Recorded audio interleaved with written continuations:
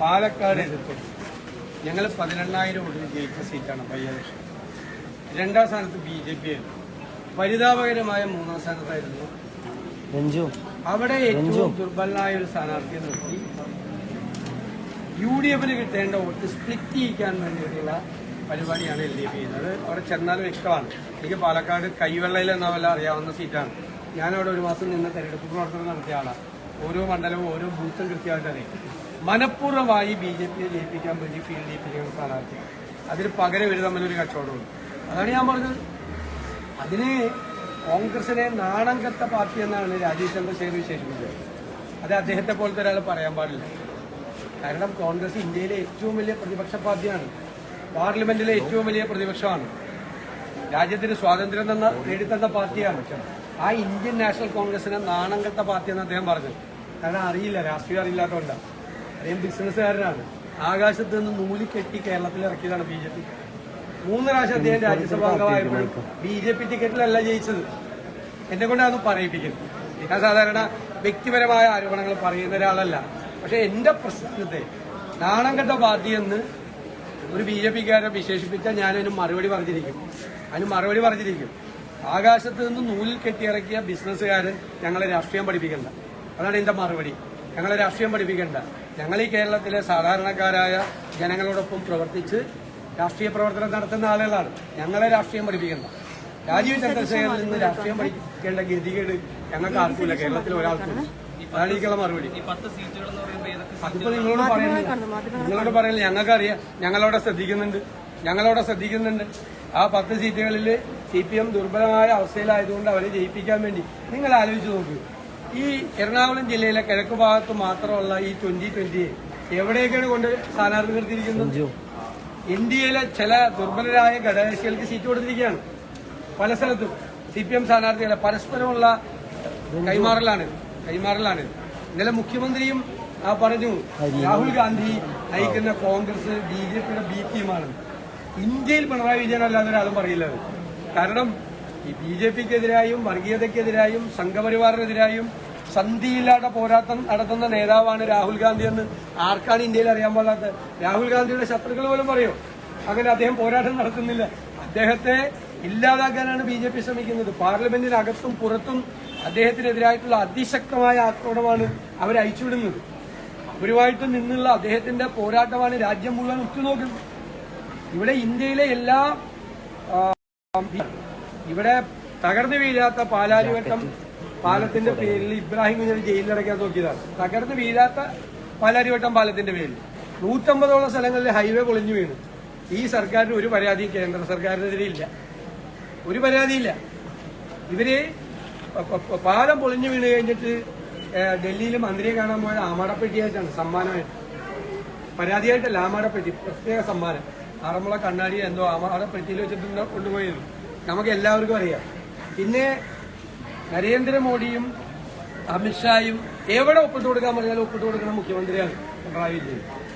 ഇരട്ടച്ചങ്കൊക്കെ ഡൽഹിയിൽ ചെല്ലുമ്പോൾ 90 ഡിഗ്രിയിൽ കുനിഞ്ഞുകൊണ്ടാണ് നിൽക്കുന്നത്. ഇരട്ടച്ചങ്കൊന്നും ഇല്ലാതാണ്. മനസ്സിലായില്ല. കോംപ്രമൈസാണ്, അവിഹിതമായ ബാന്ധവമാണ് BJP-ആയിട്ട്. ഞങ്ങളെ ഒന്നും ബാധിക്കില്ല. ഞങ്ങൾ ഇപ്രാവശ്യം അതിനെയെല്ലാം മറികടന്ന് ജനങ്ങളുടെ പിന്തുണയോടുകൂടി ജനം അതിശക്തമായി ആഗ്രഹിക്കുന്നു ഈ സർക്കാരിനെ താഴെ ഇറക്കണം. MP ഗോവിന്ദൻ എന്ന് പറഞ്ഞിരിക്കുന്നത് അങ്ങ് ഇക്കാര്യത്തിൽ അസംബന്ധം പറയുകയാണ്. നുണ പറഞ്ഞുകൊണ്ട് ലോക റെക്കോർഡിലേക്ക് അങ്ങ് കടക്കുകയാണ്. നോണ ഞാൻ പറഞ്ഞു എന്ന് ഗോവിന്ദൻ പറയാം. നമ്മുടെ റെയിൽവേ സ്റ്റേഷനിൽ കണ്ണൂരുണ്ടായ സംഭവത്തില് വീണ ജോർജിന്റെ ആരോഗ്യമന്ത്രിയുടെ കഴുത്ത് പിടിച്ച് കേസുകാരി തിരിച്ചു, കൈ പിടിച്ചു വളച്ചൊടിച്ചു എന്ന് ഈ കേരളത്തിലെ ജനങ്ങളോട് നോക്കി പച്ചക്കള്ളം വിളിച്ചു പറഞ്ഞ ആളാ MP ഗോവിന്ദൻ. ഈ കേരളത്തിലെ ഏറ്റവും വലിയ നുണയന്മാരിൽ ഒരാളാണ്.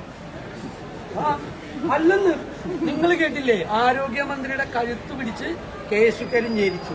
അവിടെ ഒരു പുറകിലേക്കാണ് അവരുടെ പെടലിൽ തിരിച്ചിരിക്കുന്നത്. കൈ പിടിച്ച് ഒടിച്ചു എന്ന് നിങ്ങളോടല്ലേ വന്ന് പറഞ്ഞത്?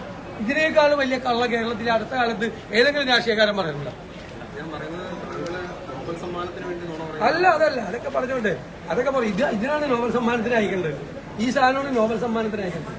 ഈ പ്രൈസ് ഈ കഴുത്ത് പിടിച്ച് ലഭിച്ച സാധനം അദ്ദേഹത്തിന് കിട്ടുള്ളൂ, വേറെ ആർക്കും കിട്ടും. അത് ഉറപ്പാണ്. മുഖ്യമന്ത്രി എല്ലാ ചാനലുകൾക്കും ഓടി നടന്ന അദ്ദേഹം നല്ല വാക്കുകളൊക്കെ ഉപയോഗിക്കുന്നുണ്ട്. പണ്ട് NK പ്രേമേന്ദ്രനെ പരനാറി എന്ന് വിളിച്ചു. ഇപ്പോ G സുധാകരൻ അത്ര സീനിയർ ആയിട്ടുള്ള ഒരു കമ്മ്യൂണിസ്റ്റുകാരനാണ്. എത്ര വർഷം അദ്ദേഹത്തിന്റെ സഹയാത്രികനായി ഇരുന്ന ഒരാളാണ്. അദ്ദേഹത്തെ ചെറ്റത്തരുണ്ട്. ഏത് മുഖ്യമന്ത്രി സ്ഥാനത്ത് ഇരുന്നുകൊണ്ട് ഉപയോഗിക്കാൻ പാടില്ലാത്ത വാക്കുകൾ ഉപയോഗിച്ച് അദ്ദേഹം സ്വയം തരം താണു. അദ്ദേഹം പറയാൻ പാടില്ല, ഞാനും പറയാൻ പാടില്ല, അതുപോലത്തെ വാക്കുകൾ ഉപയോഗിക്കാൻ പാടില്ല. ആരും പറയാൻ പാടില്ല. പൊതുരംഗത്ത് നിൽക്കുന്ന ആളുകൾ കുറെ കൂടി സംസാരിക്കും, കുറെ കൂടി മാന്യതയോടുകൂടി സംസാരിക്കും. എത്ര പേര് രാഷ്ട്രീയം വിട്ടുപോയിട്ടുണ്ട്.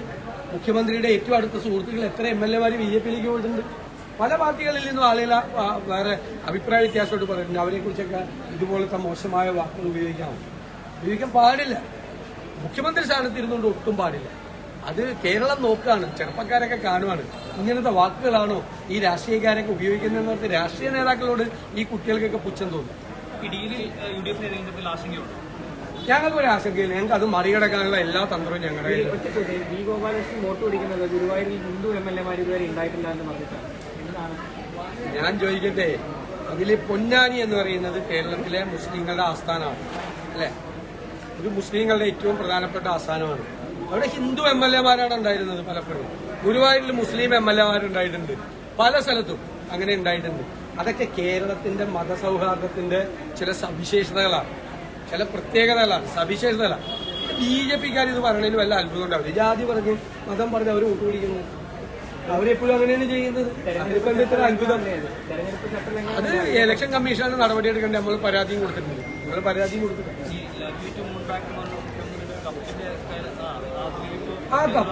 ആ കപ്പ് അവളോടൊപ്പമാണ് ഇന്ന് അടിക്കുറിപ്പോട് കൂടിയിട്ടുള്ള ഒരു കപ്പായിരുന്നു അല്ലേ? അന്ന് ആ കപ്പില് ചായയാണോ കാപ്പിയാണോ വെള്ളമാണോന്ന് എനിക്കറിയില്ല, കുടിച്ചു. എന്തോ കുടിച്ചിട്ട് മുഖ്യമന്ത്രിയുടെ ഓഫീസിൽ നിന്ന് എല്ലാ മാധ്യമ ഓഫീസിലേക്കും വിളിച്ചല്ലോ. അതൊന്ന് പ്രത്യേകമായിട്ട് കൊടുക്കണമെന്ന് പറഞ്ഞു.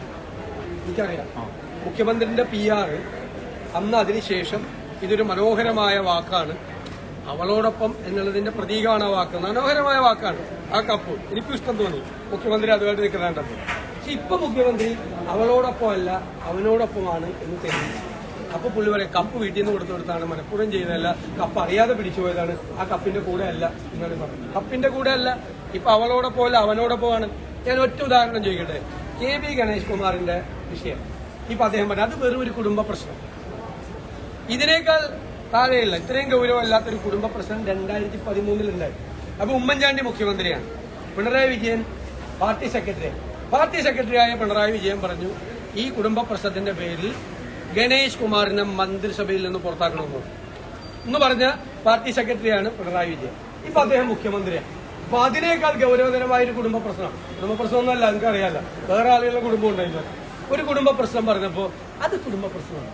ഇതാണ് ഇരട്ടത്താപ്പ് എന്ന് പറയുന്നത്. ഇതാണ് ഇരട്ടത്താപ്പ്. പണ്ട് പറഞ്ഞിരിക്കുന്നത് വിഴുങ്ങ എന്ന് പറയുന്നത്.